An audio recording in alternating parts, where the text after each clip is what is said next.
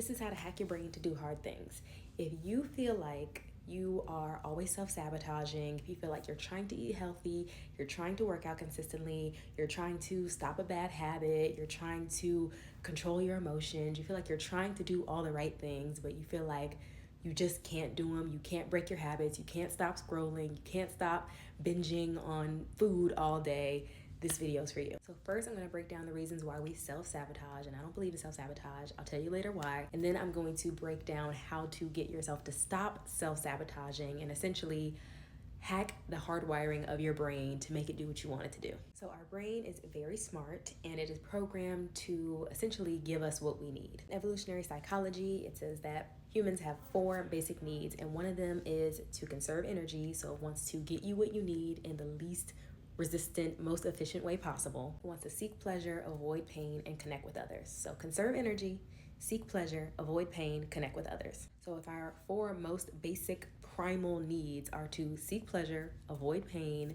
get human connection, and do it in the easiest way possible, it's no wonder that you're stuck scrolling all day like a mindless zombie. People who have created these apps and all these ways of making this, instant connection with people and having these parasocial relationships, they know exactly how to hit on these basic needs and get you to stay stuck. And we all kind of know at this point that social media is not the best for your brain. It makes you more emotionally reactive. They know how to keep you in your same echo chamber, so you just keep getting the exact same emotional stimuli. They keep triggering you.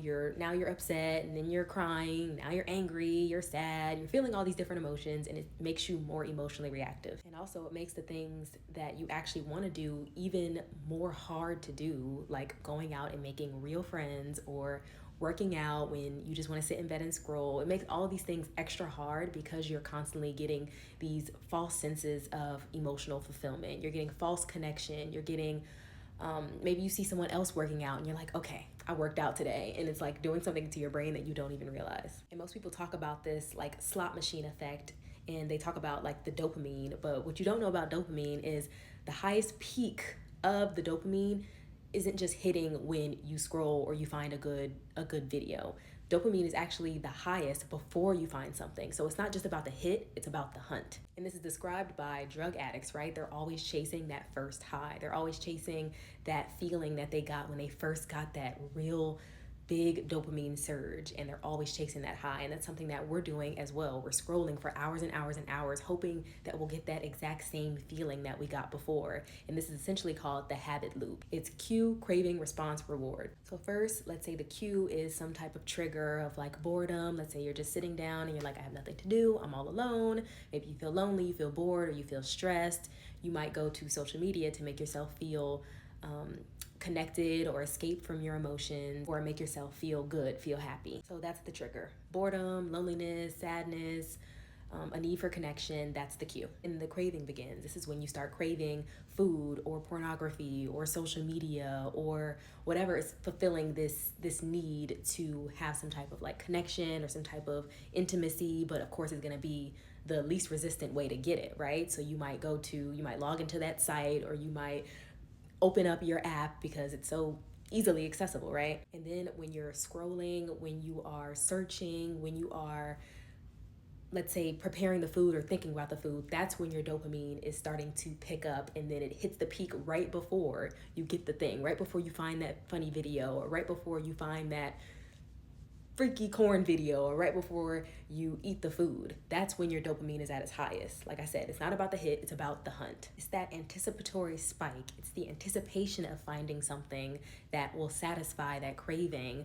That is what creates the motivation. That is what creates that action towards getting that thing. It drives the hunt, the pursuit, kind of like a high. And there's levels to this, right? There's levels to the heights of dopamine spikes. You can do it through sugar, you can do it through corn, you can do it through even healthy ways like working out or being around friends or calling a family member. Dopamine drives us to do many different things that makes us feel good. So the secret to hijacking this hardwiring of your brain and this hardwiring of your being is to start to funnel this energy towards something else. So if you know that on the deepest level, you crave connection, you crave validation, you crave attention, instead of getting on social media, like I deleted my Instagram years ago, instead of getting on social media and posting a selfie and anticipating the likes and then finally getting the like and then you get a hit and you're like, whew, okay, like the dopamine feels good, I feel connected, I feel like I'm getting some attention, some validation. Instead, you have to essentially shut down that avenue of you getting easy, cheap dopamine, do essentially a dopamine detox,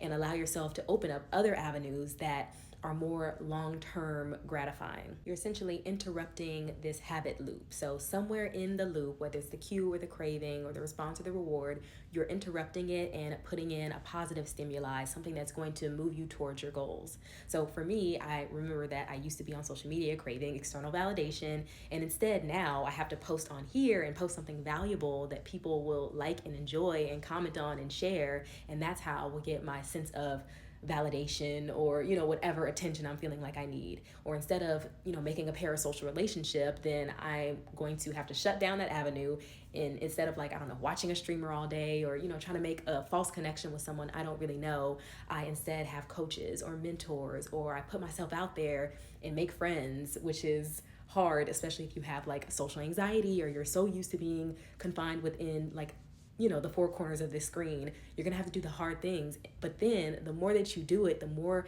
that you get those dopamine rewards from doing the things that are good, like eating a healthy meal and then feeling good after that, or working out and then feeling that runner's high, or making a friend and making a new connection. The more that you reinforce this new habit loop and break it at one point in the cycle, then you'll be able to form a new habit, a healthier habit. That's why you might see people who used to smoke cigarettes, now they run because they want to have that same high and they want to breathe in the way that they used to. Or you might see people who used to have really destructive behaviors go into something like, intense sports. I literally read a study in college that said people who are high risk have the exact same, I think, genetic marker as serial killers. Like people who do, F1 racing, or people who do skydiving, people who have that exact same genetic component, they can funnel that instead of being a crazy psycho destructor person. They can instead be someone who does skydiving or does car racing, or just something really intense, because you still have this need, this driver, but depending on your upbringing and the things that you're afforded, you're able to channel that energy into something positive and productive, and something that actually fulfills you and is good for you long term. You're literally transmuting and channeling the energy that you're using on something that maybe doesn't benefit you in the long term, and channeling all that energy into something positive, like a business, or making a real human connection, or strengthening the connections that you already have, or starting or continuing an activity that you really enjoy, like going for walks, or horseback riding or something. So we all have these needs. There's nothing wrong with your brain. It's not trying to sabotage you. It's not trying to make you do these things that are actually detrimental and terrible for your long-term health. It's trying to get these needs met. So as long as you shift your energy and funnel it and channel it and transmute it into something that is beneficial for you long-term, that you can get out of this short-term spiral, and then you have guilt, and then you have shame after you do the things that aren't good for you, like scrolling for 8 hours. It's literally Gen Z's average screen time, 8 hours. So make sure that you are being intentional. That was my word for last year, intentionality, being intentional about how you're designing and curating your life, and make sure you're funneling this energy into something that is going to benefit you in the long term and benefit your goals and your identity, your greater identity, and who you know that you're meant to be. I'm starting a new series called Hack Your Brain's Hardwiring in the Super Conscious Sisters Telegram. So if you want to join me there and learn more about how to hack your brain to make it do what you want it to do, instead of feeling like you're fighting against your brain and your higher self, then I implore you to join. Here is one of the reviews from one of the people who were in it before when I had it open. So I hope to see you inside, and I hope you enjoyed this video.